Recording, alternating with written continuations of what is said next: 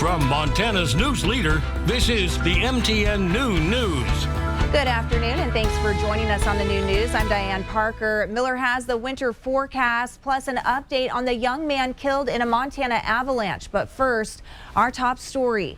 The Montana legislature is officially underway in Helena, with the first hearing kicking off this morning at 8 o'clock. This is the 68th session, and so far hundreds of bills have been introduced, with 4,000 bills requested. That has lawmakers keeping very busy, jumping right into the hearing process. There are 90 scheduled work days this session. Download your local MTN streaming app for your smart TV device for even more in-depth coverage of the 68th session.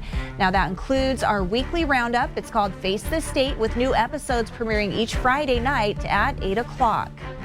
Happening this week, minimum wage in Montana is going up. MTN's Alina Howder has the very latest. 27 states, including Montana, raised their minimum wage this Monday, but most businesses, including Mitchell Golf here in Billings, have always paid their employees more than minimum wage, which makes us wonder what kind of impact this will actually have. If anyone knows anything about staff retention, it's Bill Mitchell, owner of Mitchell Golf. The people I have mostly have been working here a long time, some people up to 25 plus years. Mitchell says there's no secret formula to keeping employees, but believes it starts with paying more than minimum wage, which was just raised 75 cents to $9.95 an hour. And it appears Bill Mitchell isn't the only one who has that figured out. According to the Montana Department of Labor, only 4.2% of Montana's workforce was making the minimum wage in 2022. I believe 15 really should be the minimum wage. We found that people who make less than that, you almost need a second job to survive, and especially with the inflation right now. Mark Harden is the business developer for the staffing agency Express Employment Professionals in Billings. So a couple of the things you said you were looking for? None of the companies they work with offer minimum wage. We have a couple in the 14 range,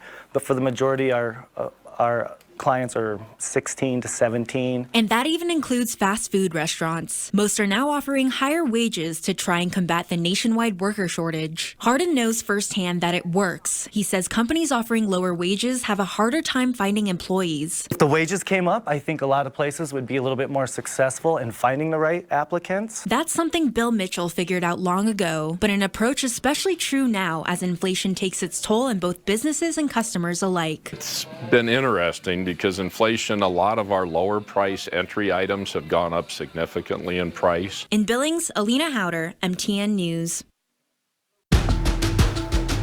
New information this noon on this weekend's deadly avalanche near Cook City. Family members tell us 21-year-old Wyatt Coiteau died while snowmobiling with his teenage brother. The Washington State resident was a motorsports and racing enthusiast with years of experience in backcountry snowmobiling. It took crews an hour to find his body buried under 5 feet of snow. 7 cats and 1 dog are dead following a house fire in Billings. The woman who lived there suffers from dementia, but she got out safely. It happened on Boulder Avenue, and the cause is under investigation. A new COVID variant is quickly spreading across the country. The Centers for Disease Control and Prevention says the XBB 1.5 variant now makes up 41% of new cases in the U.S. That number doubled in last week. Scientists say the variant appears to be more effective at binding to cells and is more immune to COVID boosters. Doctors first identified the strain in India in August. They say it has already mutated into a family of other subvariants. And that's a look at some of the day's top stories.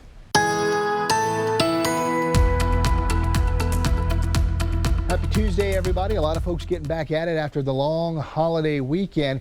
Eastern side of Montana still dealing with some foggy conditions. Really dense earlier this morning to go along with those slick roads. Dissipating as we get into this afternoon. Still could see some fog during your drive time heading home up there in the northeast corner of the state. Even north central parts of Wyoming could still see some fog. Looks like it may thicken back up again tonight through tomorrow morning, so those dense fog advisories may kick back in. Highs today across the state in the 20s and 30s. 20s and 30s down in northern parts of Wyoming too. High pressure for the most part going to keep us dry for the next couple of days, but there's a lot of moisture heading our way out of the west, out of the Pacific. How's it going to affect the region? We'll let you know coming up. 1923, a spin-off series of the hit TV show Yellowstone, has been approved by Butte officials to continue using the city's Civic Center for filming, but locals will be able to go ahead and use it as well. Here's MTN's John Amy. While filming of the 1923 television series here in Butte has closed down the Butte Civic Center to the public for much of last year, officials say this facility is ready to reopen to the public and will be hosting several events, at least until early June. We've got empty bowls, we've got a circus coming, we've got Mayfair, so a lot of our events yearly events are coming in, and we're filling in with a lot of other events. King Street Productions is renting the Civic Center for 6 months in 2023, right after Butte High's graduation on June 2nd, to film the second season of the Yellowstone spinoff. However, from mid-January until June, the main floor of the Civic Center will remain open and will host more than 20 events so far. This will include the state AA basketball tournament from March 9th through 11th. That basketball tournament is a big economic driver for the community. The production is paying the city $75,000 a month to rent the facility beginning in June and continuing until December. They've been using the main arena for film sets, but are removing them for the first part of the year. They are cleaning this building from the top to the bottom and making sure that we get it back in the same shape as they got it.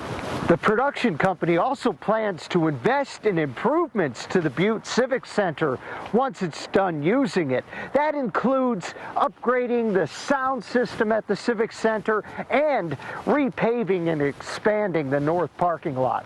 We have gained hundreds of thousands of square feet of parking. It's awesome. So it'll be very good for this facility. In Butte, John Amy, MTN News.